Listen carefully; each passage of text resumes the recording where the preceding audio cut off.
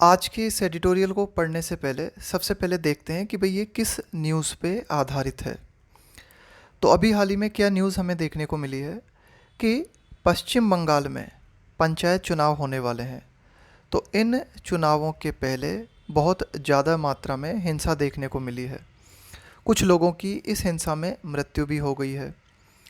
तो इन परिस्थितियों को देखते हुए हाई कोर्ट के द्वारा ऑर्डर दिया गया था कि भाई पश्चिम बंगाल में ये जो चुनाव होने वाले हैं इनके लिए केंद्र से अर्धसैनिक बल जो हैं उन्हें तैनात किया जाए।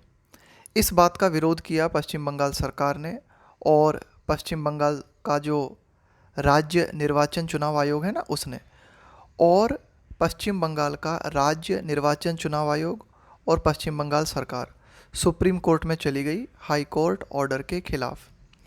लेकिन सुप्रीम कोर्ट ने भी फाइनली यही ऑर्डर दिया, यानी कि सुप्रीम कोर्ट ने भी फाइनली हाई कोर्ट के ऑर्डर को बरकरार रखा और सुप्रीम कोर्ट ने भी यही कहा कि भाई ये जो चुनाव होने हैं इनमें केंद्र सरकार की तरफ से अर्धसैनिक बल जो हैं वे नियुक्त किए जाएं या फिर तैनात किए जाएं।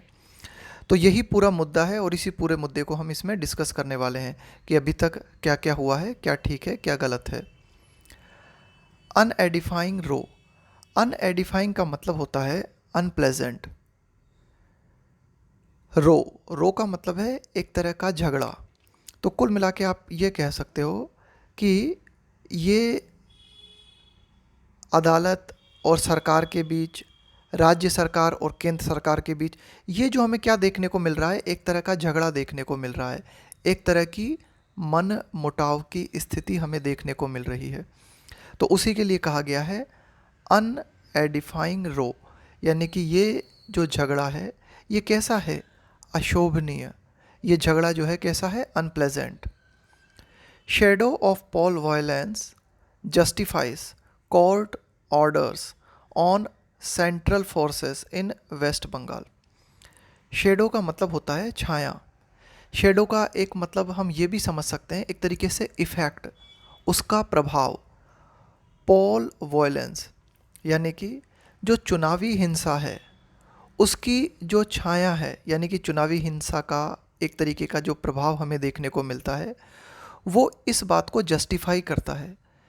जस्टिफाई करने का मतलब होता है किसी चीज़ को उचित ठहराना।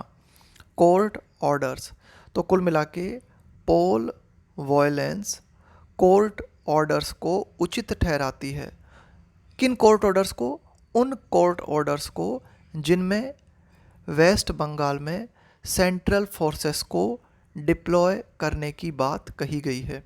सेंट्रल फोर्सेस का मतलब हो गया यहाँ पे केंद्रीय सुरक्षा बल, और डिप्लॉय करने का मतलब होता है तैनात करना।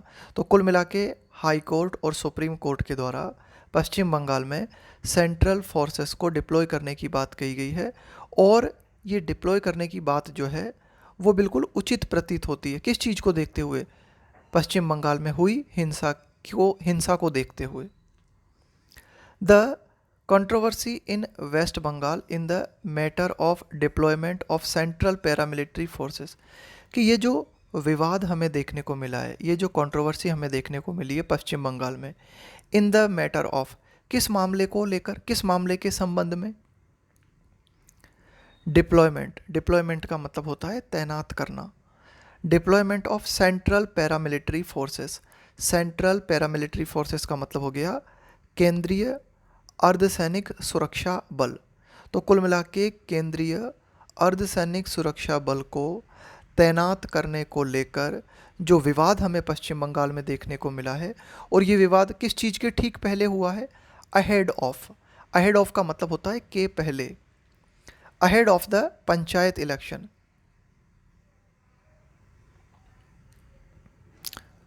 To be held on July 8, यानी कि पश्चिम बंगाल में जो पंचायत इलेक्शन होने हैं उनके पहले हमें ये कंट्रोवर्सी देखने को मिली है। टू बी हेल्ड का मतलब है ये चुनाव जो कि आयोजित होने हैं, कब आयोजित होने हैं? ऑन जुलाई 8, 8 जुलाई को। Is quite अनएडिफाइंग। अब यहाँ पे ये जो इज़ आया है, ये इज़ आया है कंट्रोवर्सी के लिए, कि ये जो कंट्रोवर्सी है, ये जो विवाद है, ये विवाद जो है काफ़ी ज़्यादा अशोभनीय है। ये विवाद जो है काफ़ी ज़्यादा अनप्लेजेंट है, अनएडिफाइंग है। The state election commission, SEC, bar bar SEC का जिक्र हमें इस एडिटोरियल में देखने को मिलेगा। तो SEC का मतलब हो गया यहाँ पे राज्य चुनाव निर्वाचन आयोग, the state election commission. Initially का मतलब होता है शुरुआत में। अपीयर्ड रिलक्टेंट, रिलक्टेंट का मतलब होता है विलिंग न होना किसी चीज़ के लिए, अनिच्छुक होना, यानी कि आपकी इच्छा नहीं है उस काम को करने की। टू हीड कॉल, देखो हीड का मतलब होता है एक तरीके से ध्यान देना, हीड कॉल का मतलब हो जाएगा कि किसी बात पर अटेंशन देना, उस पर ध्यान देना। बाय अपोजिशन पार्टीज, तो देखो क्या था कि पश्चिम बंगाल में जो विपक्ष की जो पार्टीज़ हैं उनके द्वारा जो बातें कही गई थी उन पर ध्यान देने के लिए SEC जो है वह शुरुआत में इच्छुक नहीं था, यानी कि अपोजिशन पार्टीज़ के द्वारा जो कुछ बातें कही जा रही थी उन पर ध्यान न देता हुआ SEC प्रतीत हुआ। अब देखो अपोजिशन पार्टीज़ ने क्या कहा था, to bring in, bring in का मतलब है यहाँ पे लाना किसी चीज़ को, सेंट्रल फोर्सेस, टू बूस्ट, देखो बूस्ट का मतलब है किसी चीज़ को आपने और ज़्यादा बढ़ा दिया, किसी चीज़ को आपने और ज़्यादा मजबूती दे दी, उसे और ज़्यादा इंक्रीज़ कर दिया। सिक्योरिटी अरेंजमेंट्स, तो देखो पश्चिम बंगाल में जो भी विपक्ष दल की पार्टीज़ हैं उनके द्वारा SEC से कहा गया था कि जो भी सुरक्षा प्रबंध हैं, सिक्योरिटी अरेंजमेंट्स है ना, कि जो भी सुरक्षा प्रबंध हैं उनको और बूस्ट किया जाए, उनको बढ़ाया जाए। और उनको बढ़ाने के लिए क्या किया जाए, केंद्रीय जो सुरक्षा बल हैं उन्हें राज्य में लाया जाए। ये बात अपोजिशन पार्टीज़ के द्वारा SEC से कही गई थी, लेकिन शुरुआत में SEC जो है वह अनिच्छुक प्रतीत हुआ, यानी कि उसने कोई ज़्यादा ध्यान नहीं दिया इन बातों पे। A perceived delay in identifying sensitive areas resulted in, perceive का मतलब होता है किसी चीज़ की धारणा बनाना, उसको हम बोलते हैं परसीव करना किसी चीज़ को। परसीव्ड डिले, परसीव्ड डिले का मतलब है कि डिले का मतलब हो गया देरी हो जाना। इन आइडेंटिफाइंग सेंसिटिव एरियाज, अब देखो कि अब यहाँ पे परसीव्ड डिले का मतलब हो जाएगा कि भाई ये जो डिले हुआ ना, इस संबंध में जो धारणा देखी गई, कुल मिला के आप इस चीज़ को नहीं देख पाए, यानी कि इस चीज़ को देखने में आपने देरी कर दी। किस चीज़ को देखने में, इन आइडेंटिफाइंग सेंसिटिव एरियाज, यहाँ आइडेंटिफाई का मतलब है पहचानना, सेंसिटिव एरियाज का मतलब हो गया संवेदनशील क्षेत्र, कि संवेदनशील क्षेत्रों को पहचानने में जो देरी हुई उसका परिणाम ये हुआ, रिजल्टेड इन, उसका परिणाम ये हुआ कि जो कलकत्ता हाई कोर्ट है उसके द्वारा ऑर्डर जारी किया गया, द पोल बॉडी, यहाँ पे पोल बॉडी का मतलब हो गया चुनावी इकाई, यहाँ पे आया है ये SEC के लिए। टू आस्क फॉर, यहाँ आस्क फॉर का मतलब हो गया पूछना, कुछ कहना। एंड डिप्लॉय सेंट्रल फोर्सेस, तो कुल मिला के एक जो देरी हुई संवेदनशील क्षेत्रों को पहचानने में, इसका परिणाम ये हुआ कि जो कलकत्ता हाई कोर्ट ऑर्डर है उसके द्वारा ऑर्डर दिए गए SEC को, और ऑर्डर देते हुए SEC से इस बात के लिए पूछा गया और कहा गया कि जो सेंट्रल फोर्सेस हैं उन्हें डिप्लॉय किया जाए, उन्हें तैनात किया जाए। जब ऐसा लगा कि भाई कुछ क्षेत्र जो हैं वो बहुत ही ज़्यादा संवेदनशील है, कुछ क्षेत्रों में जहाँ ये देखा गया कि कुछ लोगों की मृत्यु हो गई, ऐसा अनुभव किया गया कि भाई कई जगह है जो कैंडिडेट्स हैं वे अपने नामांकन जो है दाखिल नहीं कर पा रहे हैं, उन्हें डराया जा रहा है ना। तो इस तरह की जब बातें देखी गई तो हाई कोर्ट ने ऑर्डर दिया, और हाई कोर्ट ने इस चुनावी बॉडी से पूछा, यानी कि SE से कहा कि भाई आप क्या करो, सेंट्रल फोर्सेस जो हैं उनको डिप्लॉय करो।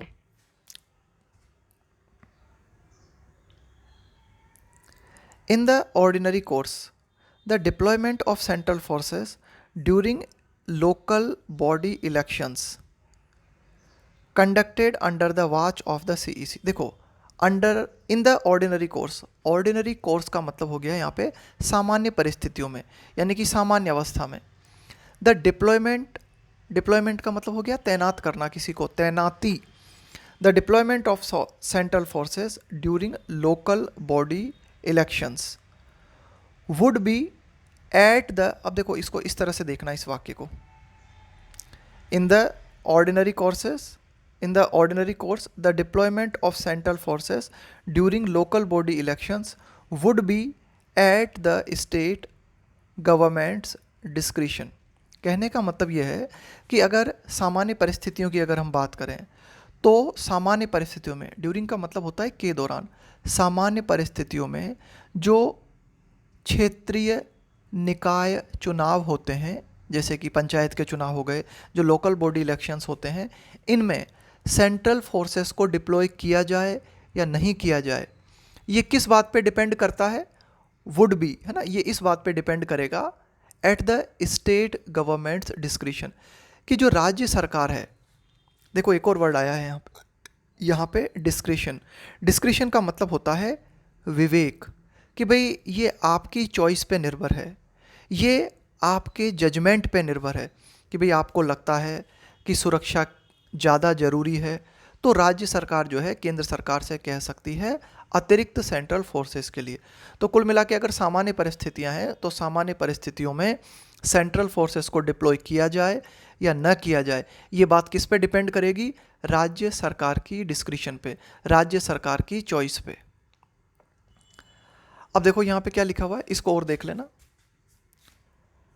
Conducted under the watch of the CEC, कि जो लोकल बॉडी इलेक्शंस होते हैं वे कंडक्ट किए जाते हैं, कंडक्ट का मतलब है आयोजित करना, अंडर द वॉच, वॉच का मतलब हो गया निगरानी, ऑफ द एसईसी, कि जो लोकल बॉडी इलेक्शंस होते हैं वे एसईसी की निगरानी में आयोजित किए जाते हैं, और इन चुनावों में अतिरिक्त सेंट्रल फोर्सेस का प्रयोग करना है या नहीं करना है, सामान्य परिस्थितियों में ये पूरी तरह से राज्य सरकार पे डिपेंड करता है।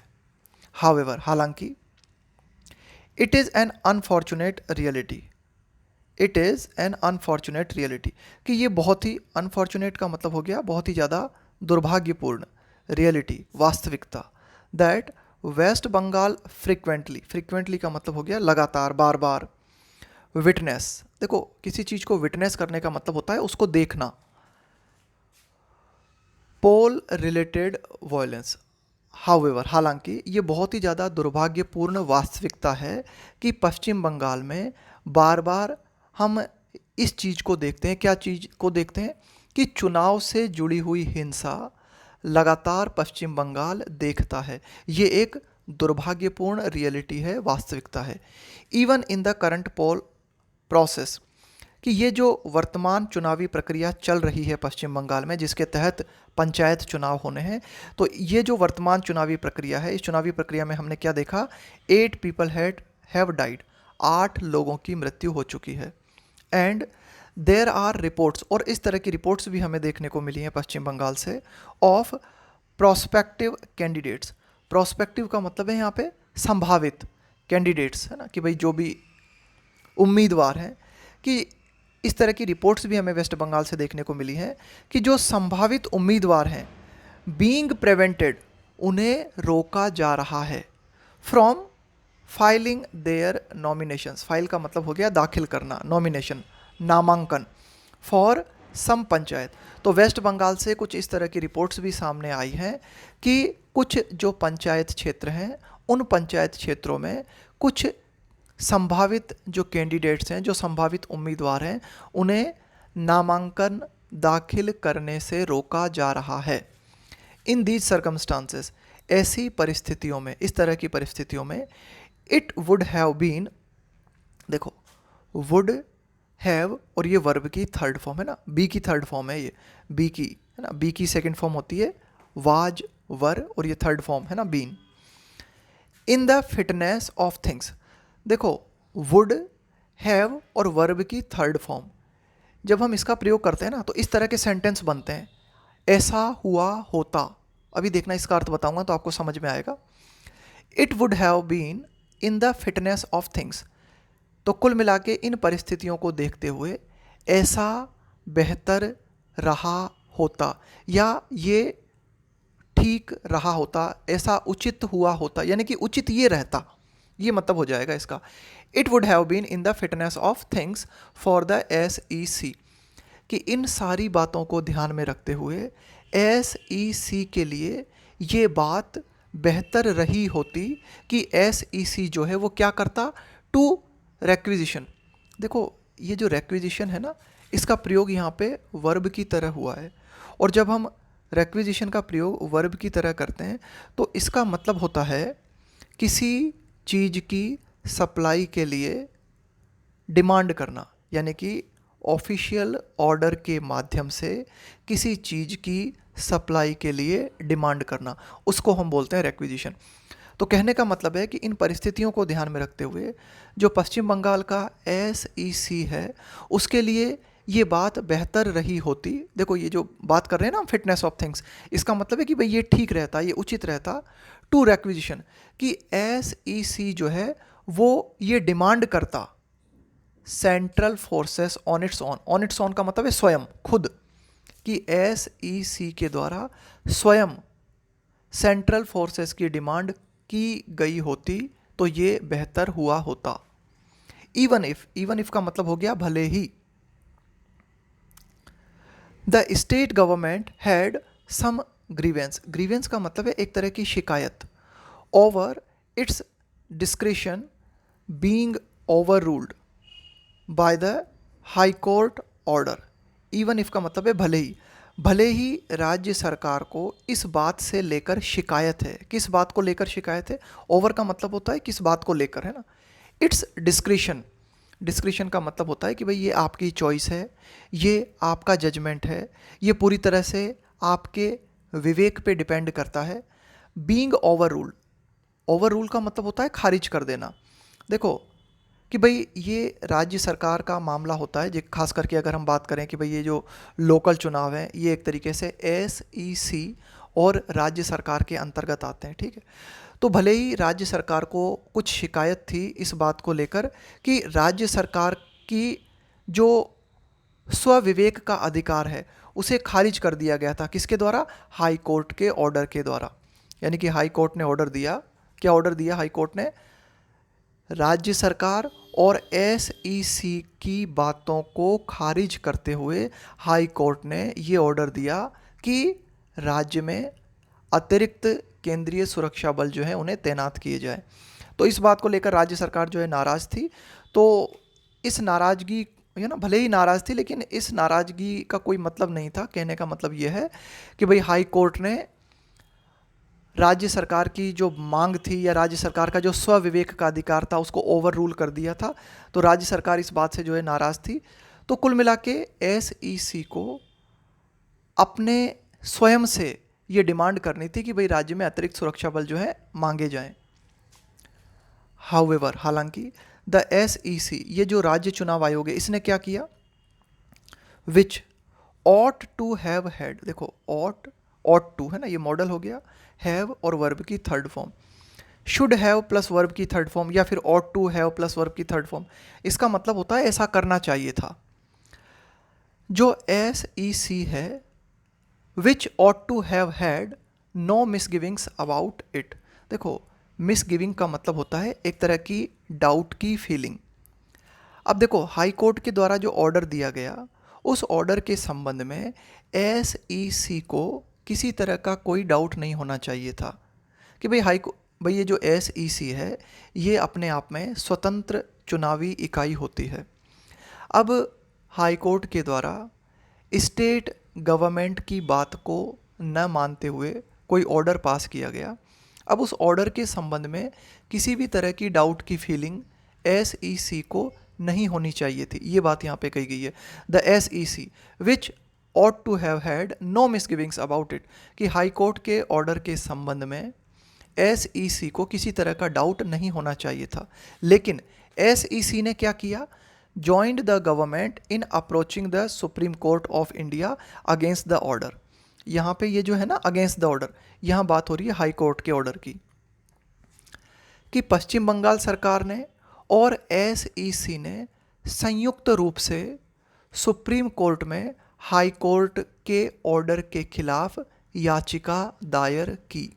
तो यही बात यहाँ पे की गई है कि भाई SEC को क्या मतलब है कि सरकार के साथ वो जो है ज्वाइन करे और सुप्रीम कोर्ट में गया इस बात को लेके, है ना।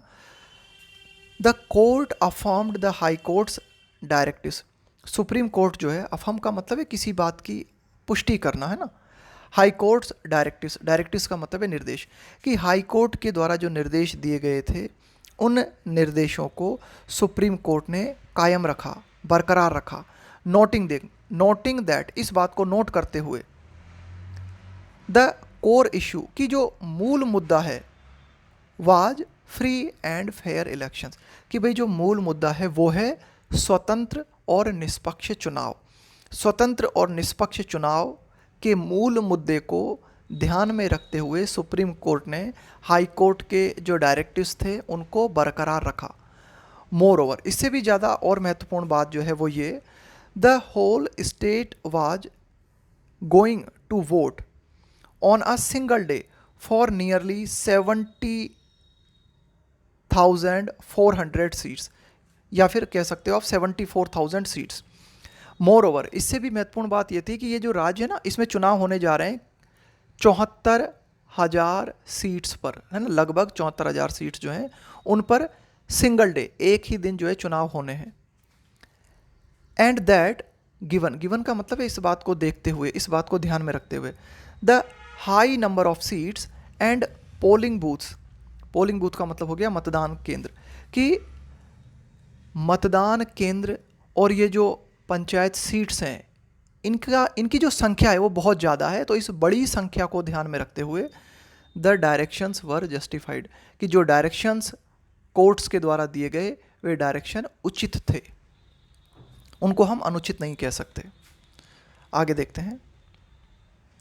In yet another unfortunate turn, in yet another unfortunate turn, एक और दुर्भाग्यपूर्ण मोड़ हमें देखने को मिला। उसमें हमने क्या देखा, the SEC responded to the apex court's order, कि जो SEC है उसने, अपेक्स का मतलब है यहाँ पे सुप्रीम, अपेक्स कोर्ट का मतलब हो गया सुप्रीम कोर्ट, कि SEC ने सुप्रीम कोर्ट के ऑर्डर को रेस्पॉन्ड किया। रेस्पॉन्ड करने का मतलब है प्रतिक्रिया देना। सुप्रीम कोर्ट का जो ऑर्डर था उस ऑर्डर के प्रति SEC ने किस तरह की प्रतिक्रिया दी, by requisitioning central forces in 22 districts. अब देखो, रिक्विजिशन का मतलब मैंने बताया था आपको, रिक्विजिशन का मतलब होता है डिमांड करना, एक ऑफिशियल ऑर्डर के माध्यम से किसी चीज़ की सप्लाई के लिए डिमांड करना। तो देखो, सुप्रीम कोर्ट का जो ऑर्डर था ना, उस ऑर्डर को किस तरह की प्रतिक्रिया SEC के द्वारा दी गई। SEC ने क्या किया, 22 जिलों में, पूरे की पूरे जो 22 जिले हैं ना, उन पूरे 22 जिलों में ही अतिरिक्त सुरक्षा बलों की डिमांड कर दी। तो ये जो कदम था ना इस तरह का, इन अ मूव, ये इस तरह का कदम था SEC का, दैट शोड, जिसने इस बात को दिखाया। पीक का मतलब होता है एक तरह की इरिटेशन, चिढ़ जाना किसी बात से। एंड रिसेंटमेंट का मतलब होता है नाराज़गी। रादर देन का मतलब होता है के बजाय। कंप्लायंस का मतलब होता है किसी चीज़ को फॉलो करना, किसी बात को मानना। देखो क्या है कि भाई ठीक है, अतिरिक्त सुरक्षा बलों को डिप्लॉय करने की बात की गई थी, लेकिन अतिरिक्त सुरक्षा बल कहाँ पे डिप्लॉय किए जाने थे, कुछ संवेदनशील क्षेत्रों में। लेकिन कभी कभी होता है ना कि आप जब चिढ़ जाते हो, जैसे मान लो आपके पिताजी से आपने कुछ पैसे मांगे और आपके पिताजी ने आपको थोड़े कम पैसे दिए, फिर आप क्या कहते हो कि ठीक है आप दो ही मत पैसे, 1 रुपया भी मत दो, मुझे नहीं चाहिए 1 रुपया भी। तो कुछ इसी तरह की बात यहाँ पे देखी गई कि भाई कुछ संवेदनशील क्षेत्रों में अतिरिक्त सुरक्षा बल तैनात करने थे, लेकिन फिर SEC ने क्या कहा, SEC ने ये कहा कि भाई ठीक है, ये जो पूरे के पूरे 22 जिले हैं ना, इन सारे 22 जिलों में ही अतिरिक्त सुरक्षा बल जो है उनको तैनात कर दो। तो कुल मिला के SEC के कहने से ऐसा लगा कि SEC जो है वो थोड़ा सा इरिटेट हो गया, या फिर उसने अपनी नाराज़गी जाहिर की, है ना, कंप्लायंस को। मतलब इससे ये पता नहीं चला कि आप जो है ऑर्डर को फॉलो कर रहे हो, उसको कंप्लायंस कर रहे हो, बात को मान रहे हो, बल्कि उससे आपकी नाराज़गी या फिर आपकी चिढ़ जाहिर हो रही है। The high court has once again intervene का मतलब होता है हस्तक्षेप करना, कि जो हाई कोर्ट है उसने एक बार फिर से हस्तक्षेप किया है। नोटिंग दैट, इस बात को नोट करते हुए, the requisitioned number was thoroughly inadequate. The requisition number यानी कि जितने केंद्रीय सुरक्षा बलों की डिमांड की गई है ना, जितने रिक्विजिशन किए गए हैं, जितने की डिमांड की गई है, वो वाज थॉरोली इनएडिक्वेट. इनएडिक्वेट का मतलब हो गया अपर्याप्त. इनसफिशिएंट. थॉरोली का मतलब हो गया कंप्लीटली, पूरी तरीके से. तो कुल मिला के हाई कोर्ट ने एक बार फिर से हस्तक्षेप किया, इस बात को नोट करते हुए कि जितने अतिरिक्त केंद्रीय सुरक्षा बलों की डिमांड की गई है वे पर्याप्त नहीं है. एंड डायरेक्टेड, और फिर से हाई कोर्ट ने यह निर्देश दिया दैट कि मोर फोर्सेस, कि और ज़्यादा सुरक्षा बल जो है तैनात किए जाएं, not less than the size of the forces used during the 2013 panchayat polls. कि पश्चिम बंगाल में 2013 में जो पंचायत चुनाव हुए थे उस दौरान जितने अतिरिक्त सुरक्षा बलों का प्रयोग किया गया था उससे कम तो इस बार सुरक्षा बल होने ही नहीं चाहिए. नॉट लेस देन है ना, उससे कम नहीं होने चाहिए. बी सॉट, मतलब उनको चाहा गया, ये पैसिव बना दिया इसको. सीख की सेकंड फॉर्म और थर्ड फॉर्म होती है सॉट. व्हेन, यानी कि 2013 में जो पंचायत इलेक्शन हुए थे वेस्ट बंगाल में, तब हमने क्या देखा था, एज मैनी एज का प्रयोग किया जाता है किसी नंबर के महत्व को दर्शाने के लिए. As many as 1.05 lakh police personal and 82,000 central personal were deployed. 2013 के पश्चिम बंगाल के पंचायत चुनाव में लगभग 1.05 लाख पुलिस स्टाफ और 82,000 केंद्रीय सुरक्षा बल जो है इनकी तैनाती की गई थी. तो वर्तमान में हाई कोर्ट ने कहा है कि भाई इससे कम सुरक्षा बल तो वर्तमान चुनावों में होने ही नहीं चाहिए. द कंट्रोवर्सी, तो ये जो पूरा विवाद हमने देखा है ना, ये जो पूरा की पूरा विवाद है, ये इस बात को फ्लैग करता है, इस बात को चिन्हित करता है, इस बात को दर्शाता है. The issue of political violence, कि राजनीतिक हिंसा से जुड़ा हुआ जो पूरा की पूरा मुद्दा है उसे ये कंट्रोवर्सी चिन्हित करती है. Which is quite endemic. Endemic का मतलब है किसी पर्टिकुलर क्षेत्र से संबंधित. एंडेमिक का मतलब है कि कोई चीज़, कोई बात या कोई घटना जो आपको क्षेत्र विशेष में लगातार बार बार देखने को मिलती है उसे कहेंगे एंडेमिक. इसका हिंदी में मतलब हो जाएगा स्थानिक, स्थान विशेष से संबंधित. टू वेस्ट बंगाल, कहने का मतलब है ये जो पूरा की पूरा मुद्दा है यह चुनावों के दौरान होने वाली हिंसा को बताता है, और ये जो चुनाव के दौरान होने वाली हिंसा है ये वेस्ट बंगाल में काफ़ी ज़्यादा कॉमन है. क्वाइट एंडेमिक है ना, वहाँ की एक क्षेत्रीय विशेषता, ये राजनीतिक, ये जो हिंसा होती है ना चुनाव के दौरान, ये हमें देखने को मिलती है. Each election sets of. Set of का मतलब होता है किसी चीज़ की शुरुआत कर देना. अ राउंड ऑफ वायलेंस, कि पश्चिम बंगाल में कोई भी चुनाव जो होता है वो क्या करता है, हिंसा के राउंड की शुरुआत कर देता है, यानी कि हिंसा शुरू हो जाती है जब भी चुनाव आते हैं पश्चिम बंगाल में. And demands for central forces, और हर चुनाव जो है उस चुनाव के दौरान अतिरिक्त सुरक्षा बलों की डिमांड हमें देखने को मिलती है. The federal principle. Federal principle का मतलब हो गया संघीय सिद्धांत. देखो, भारत में केंद्रीय सरकार होती है और राज्य सरकार होती है. तो कुल मिला के भारत क्या है, राज्यों का एक संघ है जहाँ पर राज्य सरकार और केंद्र सरकार काफ़ी हद तक जो है इनके क्या है, इनके जो शक्ति का विभाजन है ना वो बटा हुआ है. लेकिन इस तरह की जो हिंसा की वारदात हमें देखने को मिलती है, हिंसा की घटनाएं हमें देखने को मिलती है, तो ये जो संघीय सिद्धांत है, ये संघीय सिद्धांत क्या कहता है कि law and order is under the states domain. Domain का मतलब हो गया क्षेत्र, लॉ एंड ऑर्डर का मतलब हो गया कानून व्यवस्था, कि जो कानून व्यवस्था है वो राज्य के क्षेत्र के अंतर्गत आती है, यानी कि उसमें अननेसेसरी केंद्र हस्तक्षेप नहीं कर सकता. लेकिन इस तरह की जब परिस्थितियां होती हैं तब ये जो फेडरल प्रिंसिपल है, इस फेडरल प्रिंसिपल में हमें बहुत ज़्यादा तनाव की स्थिति देखने को मिलती है. Is often strained and tested at such times. तो ये जो टेस्टेड का मतलब है परीक्षण, तो ये जो फेडरल प्रिंसिपल है जिसके तहत ये बात कही गई है कि राज्य क्षेत्र जो है ना, राज्य का ये डोमेन है, यानी कि लॉ एंड ऑर्डर किसके अंतर्गत आते हैं? राज्य के अंतर्गत आते हैं। लेकिन इस तरह की जब परिस्थितियां उत्पन्न होती हैं तो ये जो सिद्धांत है, ये सिद्धांत हमें बहुत ज़्यादा तनाव की स्थिति में देखने को मिलता है। इस सिद्धांत का गहरा परीक्षण हमें इस तरह की परिस्थितियों में देखने को मिलता है। The High Court had ordered a CBI investigation into incidents of serious violence after the last assembly election in 2021 कि पिछले विधानसभा चुनाव पश्चिम बंगाल में कब हुए थे? 2021 में।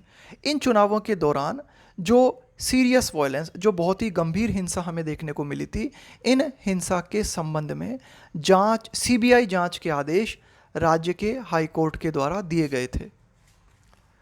A truly independent election watch dog. Watch dog का मतलब होता है निगरानी करने वाली unit. A truly independent election watch dog. अब देखो यहाँ पे हम ये कहना चाह रहे हैं कि ये एक वास्तव में एक सच्ची और स्वतंत्र चुनाव कराने वाली इकाई and a sense of responsibility among all political parties. Sense of responsibility का मतलब हो गया जिम्मेदारी की भावना। अमॉन्ग ऑल पॉलिटिकल पार्टीज की सारी जो राजनीतिक पार्टीज हैं उनमें एक जिम्मेदारी की भावना का होना और एक सच्ची और स्वतंत्र चुनावी यूनिट का होना, ये बातें बहुत ही ज़्यादा नेसेसरी हैं, ज़रूरी हैं। किस चीज़ के लिए? टू प्रेजर्व। प्रेजर्व का मतलब है प्रोटेक्ट करना, संरक्षित करना। द प्योरिटी का मतलब हो गया शुद्धता ऑफ द इलेक्शन प्रोसेस, कि जो चुनावी प्रक्रिया है इसकी शुद्धता को संरक्षित करने के लिए सभी पॉलिटिकल पार्टीज़ के बीच में सेंस ऑफ रेस्पॉन्सिबिलिटी का होना और साथ ही साथ एक truly independent election watch dog का होना बहुत ही ज़्यादा ज़रूरी है। ये था हमारा आज का एडिटोरियल।